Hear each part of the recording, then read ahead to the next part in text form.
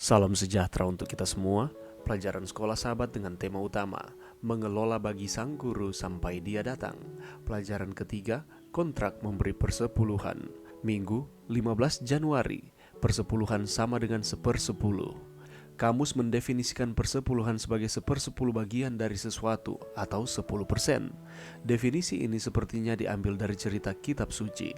Secara sederhana, persepuluhan adalah mengembalikan 10% dari pendapatan atau keuntungan kita kepada Allah.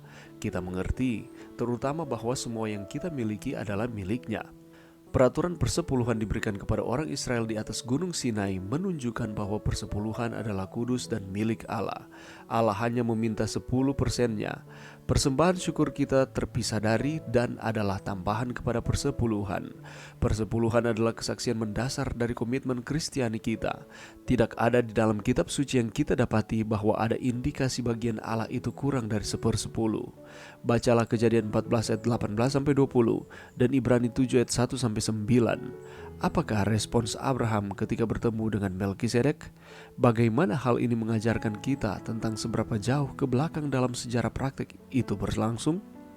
Pertama kali persepuluhan disebutkan dalam kitab suci adalah di dalam kitab Kejadian 14 yang menceritakan tentang pertemuan Melkisedek dengan Abraham.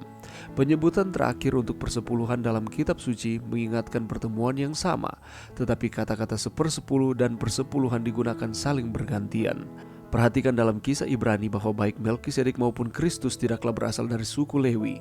Jadi persepuluhan itu mendahului dan mengikuti kekhususan suku Lewi.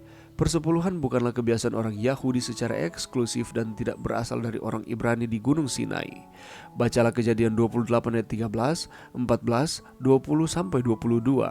Apakah yang dijanjikan Allah untuk diperbuatnya kepada Yakub dan apakah sambutan Yakub kepada Allah? Ketika Yakub meninggalkan rumah, lari dari saudaranya yang marah, Esau, suatu malam dia bermimpi tentang sebuah tangga yang naik dari bumi ke langit. Malaikat-malaikat naik turun di atasnya, dan Allah berdiri di atas dan berjanji menyertai Yakub dan satu hari nanti akan membawanya pulang ke rumah. Orang muda ini memiliki pengalaman pertobatan dan berkata, Tuhan akan menjadi Allahku. Dari segala sesuatu yang engkau berikan kepadaku akan selalu kupersembahkan 1/10 kepadamu. Kejadian 28 ayat 21 dan 22. Mengapa penting untuk mengerti bahwa mengembalikan persepuluhan, sama seperti hari Sabat, bukanlah sesuatu yang berasal dari aturan orang Israel kuno atau bahkan sebuah sistem agama?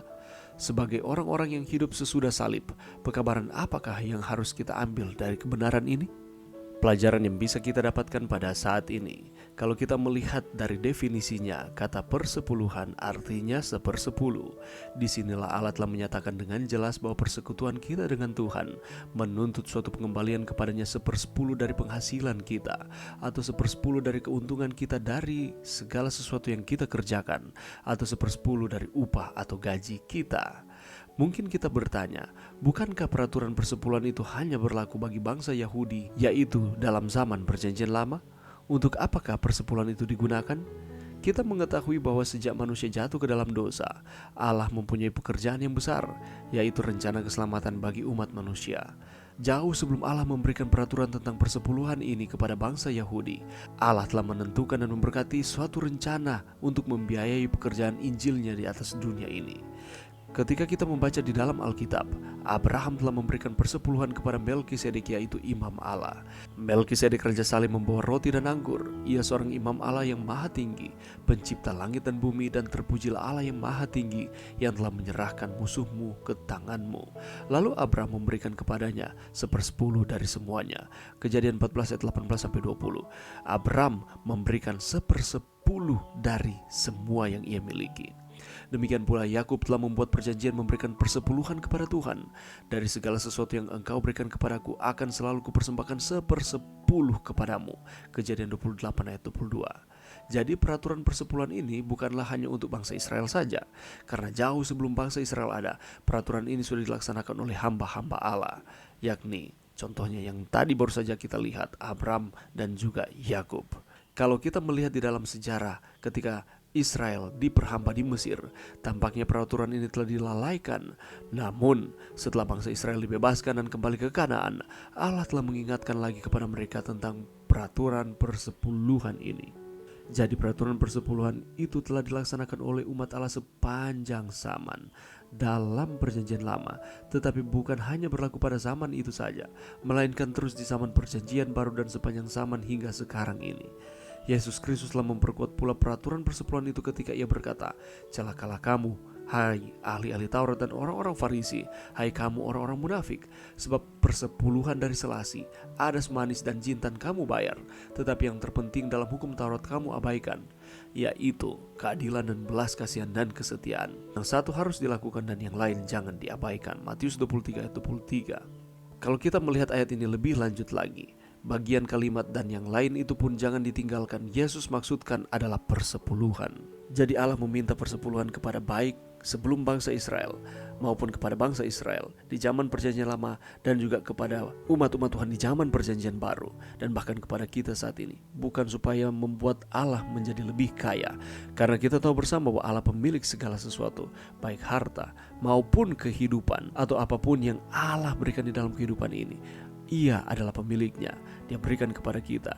Ia meminta 1/10 dari setiap hasil yang kita dapatkan untuk dikembalikan kepadanya.